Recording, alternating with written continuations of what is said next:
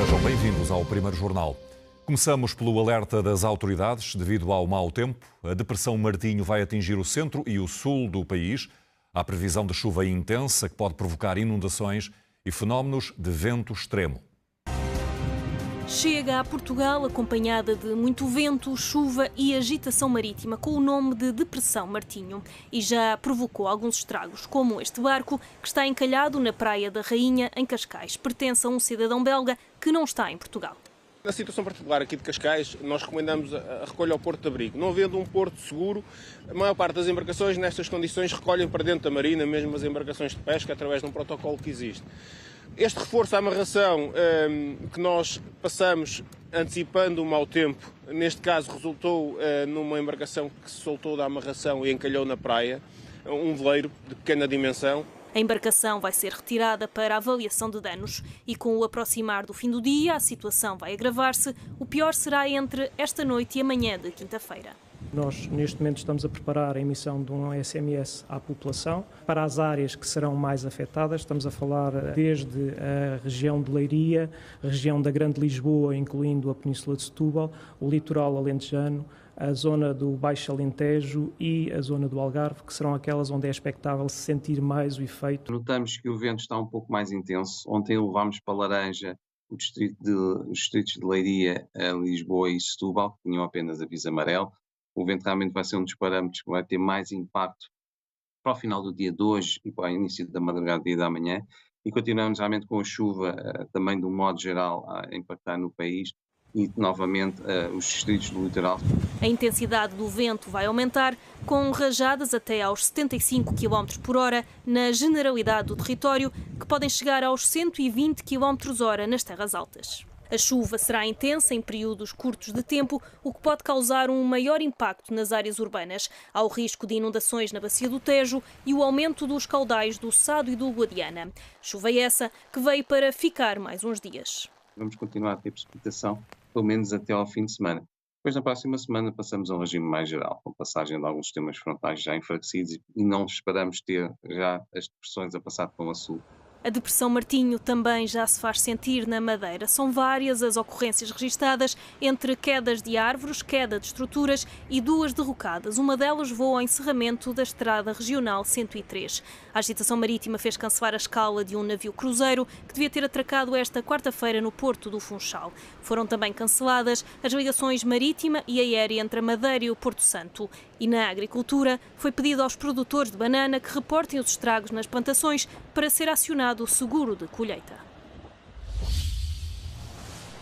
Depois de sujeito a obras, este edifício, que outrora terá sido de escritórios em Queluz, ter-se-á transformado numa espécie de albergue ilegal com 22 quartos e onde se cobram rendas acima dos 400 euros mensais, sobretudo a imigrantes. Estamos a falar de um alojamento local com algumas casas de banho próprias e outras comuns. Como cozinhas, acredito eu. Sim. No último balanço, as autoridades fazem contas aos inquilinos que vivem no edifício e explicam o que se segue. As condições foram avaliadas pelas entidades competentes, vão depois tomar uma decisão final ao longo do resto do dia, que está nos próximos dias. Estamos a falar de 17 adultos identificados, 3 crianças identificadas e uma família que teve de ser realojada por motivos urgentes.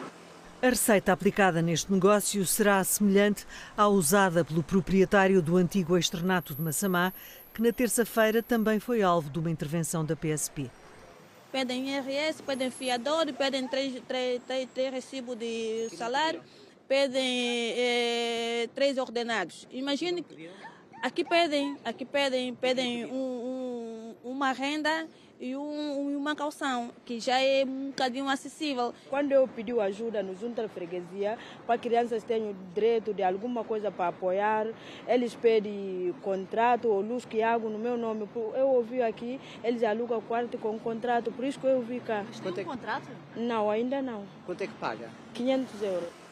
O entra e sai de pessoas neste edifício de Queluz terá começado há cerca de 6 meses e terá atraído a atenção dos autores das várias denúncias que chegaram às autoridades. No local estiveram equipas da PSP, da autarquia, da ASAI e da Saúde Pública. O tráfico de cocaína tem vindo a aumentar nos últimos anos e em 2024 foram apreendidas 23 toneladas em cerca de 1.600 apreensões, sobretudo no litoral e por via marítima, o que exige uma ação reforçada junto dos portos portugueses. Temos também a informação de um total de 1.555 indivíduos detidos por tráfico associado a tráfico de cocaína. Portugal participa também numa iniciativa da União Europeia, que é a Aliança dos Portos, que é uma iniciativa muito relevante, precisamente fruto da crescente utilização por parte das organizações criminosas de portos marítimos para a introdução de grandes quantidades de droga. O país é muitas vezes um ponto de passagem. Ao sul da costa portuguesa é um corredor muito intenso de trânsito de todo o tipo de navios que entram e saem do Mediterrâneo. Muitas das situações é a droga que nem sequer vinha para Portugal, mas por motivos de uma operação mal sucedida acabou por cair ou ir à água, ou foi lançada à água, e que, por um movimento normal de correntes, é encontrada em território nacional. O combate incide em muitas outras drogas, mas o relatório destaca 3 que também têm vindo a crescer: heroína, ecstasy e cannabis, a mais consumida em Portugal, com mais de 7 toneladas apreendidas no ano passado. Das 5.000 pessoas detidas, a maioria tinha nacionalidade portuguesa. Temos aqui desde indivíduos que, de facto, lideram ou lideravam organizações criminosas, que as integravam. Temos também indivíduos, de alguma forma, são freelancers. Temos também correios de droga. Estamos a falar de perto de 5.000 indivíduos que foram detidos em 2024. Os dados relativos à fiscalização e investigação em 2024 confirmam a intensificação do tráfico de droga, o negócio mais rentável a nível europeu. 10 meses depois, e numa última reunião que durou mais de 4 horas, os deputados da Comissão de Inquérito ao caso das Gêmeas conseguiram chegar a um acordo e aprovaram o relatório final, mas não aquele que foi escrito pela deputada do Chega, Cristina Rodrigues, a quem cabia o papel de relatora. Como tal, o relatório apresentado pelo Partido Chega, através da assessora deputada relatora Cristina Rodrigues, foi rejeitado pela Comissão. Os deputados acabaram por aprovar o relatório alternativo apresentado pelo PSD e pelo CDS, com alterações introduzidas pelo PS. Mas quando chegou a hora de votar as conclusões e recomendações, para as quais havia propostas do PSD, do PS e do PAN, foi preciso seguir ponto a ponto. E um desses pontos diz respeito ao Presidente da República. Temos aqui uma sugestão de substituição deste texto por um outro que está no relatório do PS e do CDS. Que se calhar é mais abrangente do que a nossa proposta de conclusão, que diz o seguinte: existiu uma intervenção especial da Casa Civil do Presidente da República, embora não tenha sido identificado qualquer tipo de ilegalidade.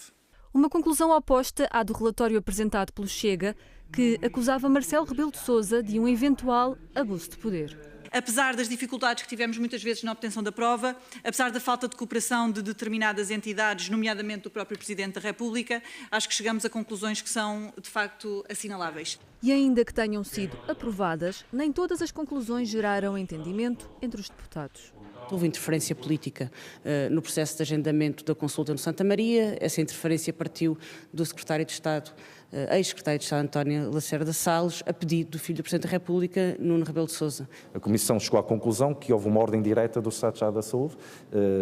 Não concordamos exatamente com essa conclusão, porque, como disse há pouco, há duas versões, elas são contraditórias. O único facto que temos que não é contrariado é que foi a Secretaria de Estado da Saúde a sinalizar o caso clínico das duas crianças do Hospital Santa Maria. Lacerda Salles emitiu, entretanto, um comunicado no qual recusa qualquer interferência pessoal ou política no caso das Gêmeas. É um dos 3 arguidos na investigação do Ministério Público, a par de Nuno Rebelo de Sousa e do antigo diretor clínico do Santa Maria, Luís Pinheiro. A cair há mais de um ano, a taxa de juro implícita nos contratos de crédito à habitação voltou a descer em fevereiro. Para a maioria, é sinónimo de poupança ao final do mês. É bastante considerável, porque eu tenho duas habitações, uma casa de habitação e uma segunda habitação.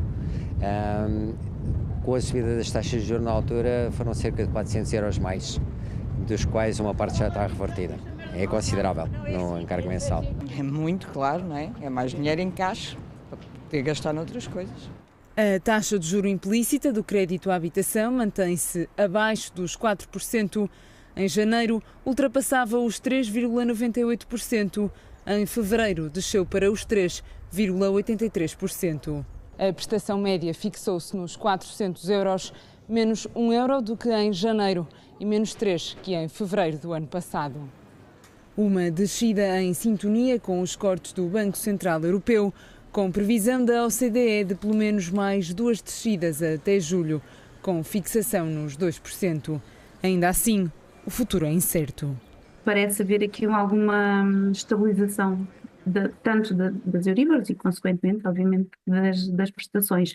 Obviamente que o futuro não conseguimos, é impossível de prever, principalmente também pela instabilidade que temos no contexto internacional, seja de conflitos, seja de outras políticas. A prestação da casa está mais baixa do que há um ano, mas em Portugal nunca foi tão difícil comprar casa como agora. De acordo com a Confidencial Imobiliário, em fevereiro, os preços tiveram a maior subida mensal do último ano e a tendência é que continuem a subir. A tendência que tem vindo a ser falada é efetivamente de subida. Talvez não tão elevada como temos assistido nos últimos meses, mas de continuar a subir porque nós continuamos com o problema da oferta. Ainda assim, apesar dos preços e da dificuldade de aceder a créditos, os portugueses continuam a optar por comprar casa. O número de negócios concretizados também subiu no mês passado. Apesar da pressão de Trump, sem grande surpresa, Putin cedeu pouco. A proposta de cessar-fogo de 30 dias não vai para a frente. Para já, Moscovo compromete-se apenas com uma interrupção, pelo mesmo período de tempo, nos ataques a infraestruturas energéticas. Russia has the advantage, as you know, they have encircled about 2,500 soldiers. They are nicely encircled, and that's not good. And we want to get it over with. Look, we're doing this. There are no Americans involved. There could be if you end up in World War III over this, which is so ridiculous. But, you know, strange things happen. And I think we had a great call. It lasted almost 2 hours. Talked about a lot of things and toward getting it to peace. And we talked about other things also. Nesta entrevista à Fox News, Trump negou ainda que tenha sido abordado o fim da assistência militar e de informação à Ucrânia, contrariando o que tinha avançado o Kremlin. We didn't talk about aid, actually. We didn't talk about aid at all. We talked about a lot of things, but aid was never discussed. O Kremlin garante que a trégua só diz respeito ao setor da energia e a nenhuma outra infraestrutura. O enviado especial dos Estados Unidos revelou, entretanto, que já foi marcado um novo encontro entre as delegações de Washington e Moscovo. Será no domingo, na Arábia Saudita. Zelensky veio mais uma vez dizer que não concorda que a Ucrânia esteja a ser posta de parte nas negociações. Sobre as conclusões do telefonema entre Putin e Trump, pede mais detalhes. Якщо президент Трамп може дотиснути щодо деталей і не бити по енергетиці і по морю, якщо такий перший крок, а поки що інших кроків немає, то нехай розкаже тоді деталі, як ми будемо це робити. І я впевнений, що всі наші сторони, принаймні американська і українська сторона, буде підтримувати будь-які кроки, які ведуть до Zelensky pede que os Estados Unidos controlem o cessar-fogo energético acordado com a Rússia. Diz que o ataque a infraestruturas civis, logo após a conversa entre Trump e Putin, é a prova de que Moscou não está interessado na paz. As autoridades ucranianas falam em ataques nas últimas horas em pelo menos 11 regiões que danificaram várias infraestruturas, incluindo um hospital em Sumi. Por outro lado, o Kremlin acusa a Ucrânia de tentar atacar infraestruturas energéticas russas durante a noite e garante que logo após o telefonema, a Rússia cancelou um ataque de drones que tinha como alvo infraestruturas energéticas ucranianas. Foi o primeiro jornal. Obrigado pela confiança.